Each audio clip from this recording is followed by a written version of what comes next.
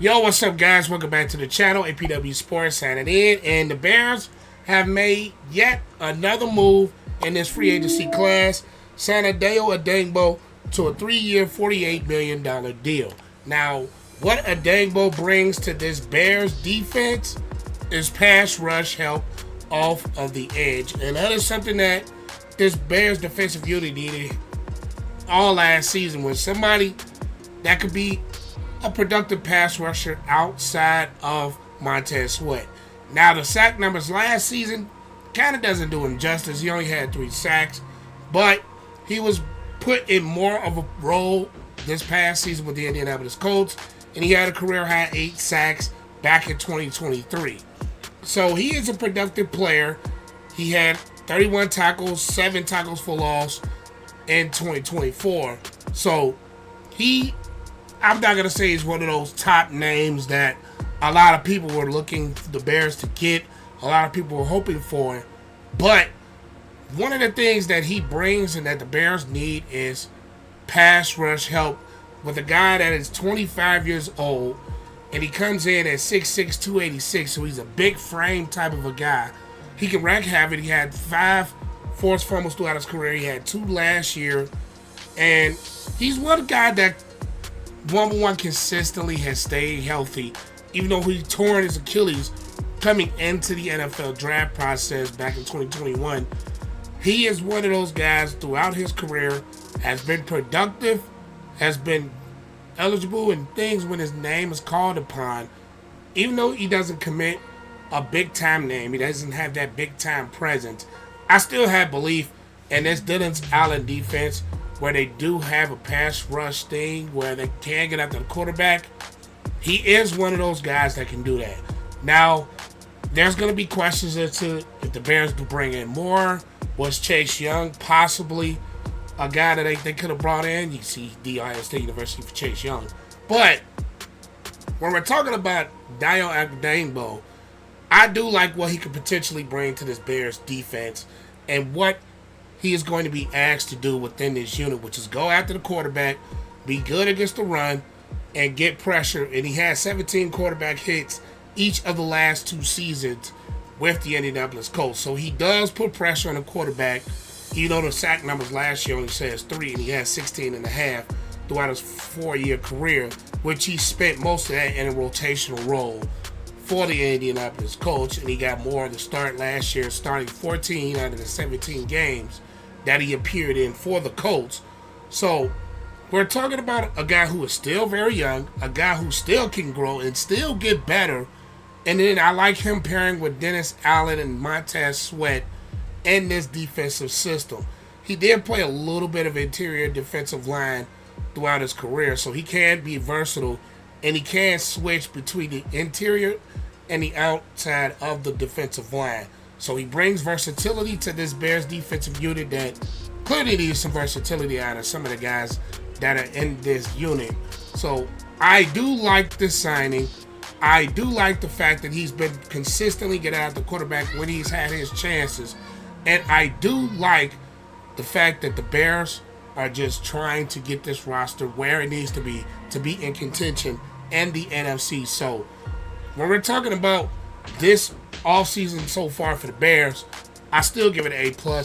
I still give it a lot of credit to Ryan Poles and the things he's trying to do. So I give this a good grade.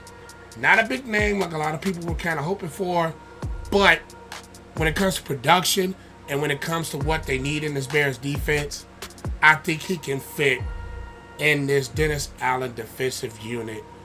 So I like this move. Just a quick short thoughts. Man, Ryan Poles is not playing.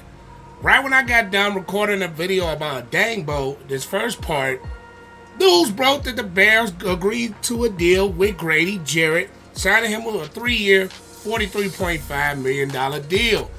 What? This Ryan Poles is cooking right now. You get Jonah Jackson, you get Joe Thuney, you get Drew Dalman to beef up your offensive line.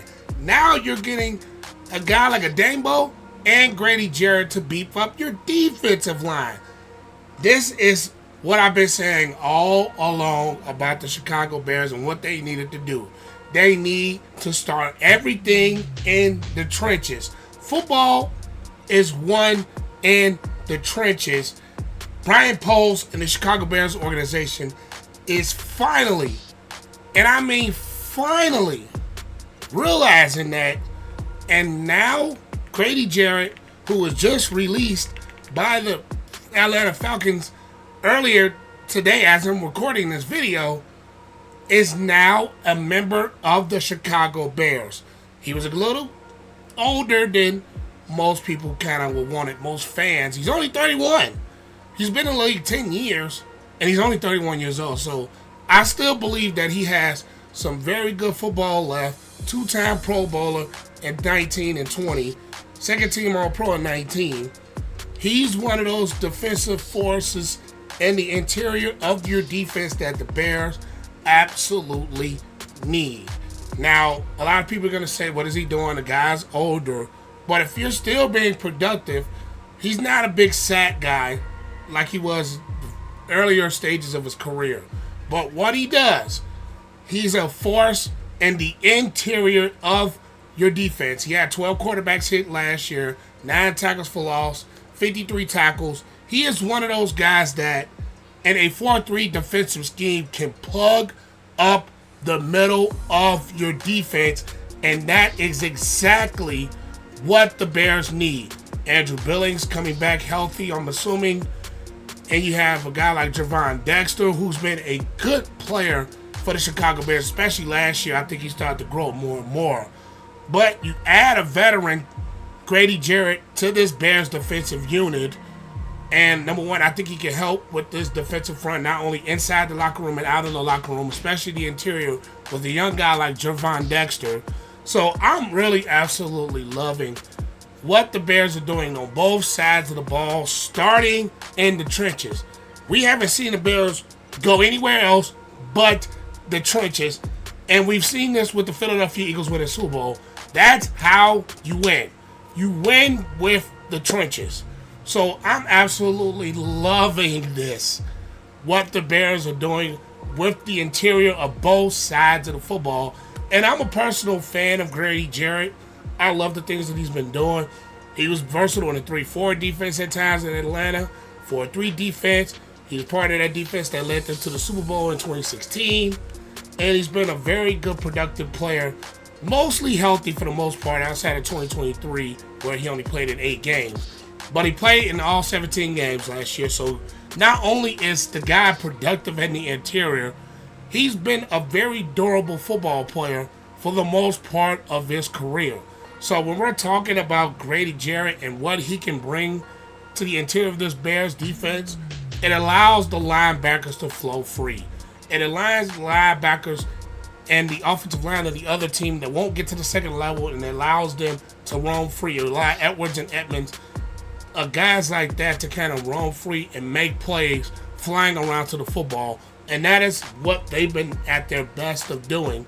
So when you beef up the interior, Grady Jarrett is a guy that's going to probably command some of those double teams. And then Adango and then a guy like Montez Sweat, your front seven just got that much better. I think with Adango and a guy like Grady Jarrett to help in your rotation, and with Javon Dexter and with Billings, I'm really loving what the Bears are doing with the trenches. So Grady Jarrett, yeah, guys might say he's a little bit older. I thought he would have been like 34, 35, to be honest. He's been in the league for a while. To say he's only 31 and still producing the way that he has been producing, I love the fact that he is now a member of the Chicago Bears defense. And I think with him up front, along with Adango, along with Sweat, along with Dexter, it allows the linebackers to free up. You get more pressures. You're able to be better against the run, which the Bears struggled last year against the run. So you beef up your interior to get better against the run. He can rush the passer if needed, but I think he's more of a run stopper. Then you bring in Javon Dexter along with him on that rotation. Then Zach Pickens, when he has time, I think he's been productive. Then on top of that, Billings coming back off of the injury. I love what the Chicago Bears football team is doing, and I love this, and I'm even more just ecstatic for where this draft process can go. But that's a little bit down the line to talk about later. I hope no news comes out, because Lord, I mean, I love it, but hey, that's all I've got. Let you guys stay safe, and I'll catch you guys next. Peace.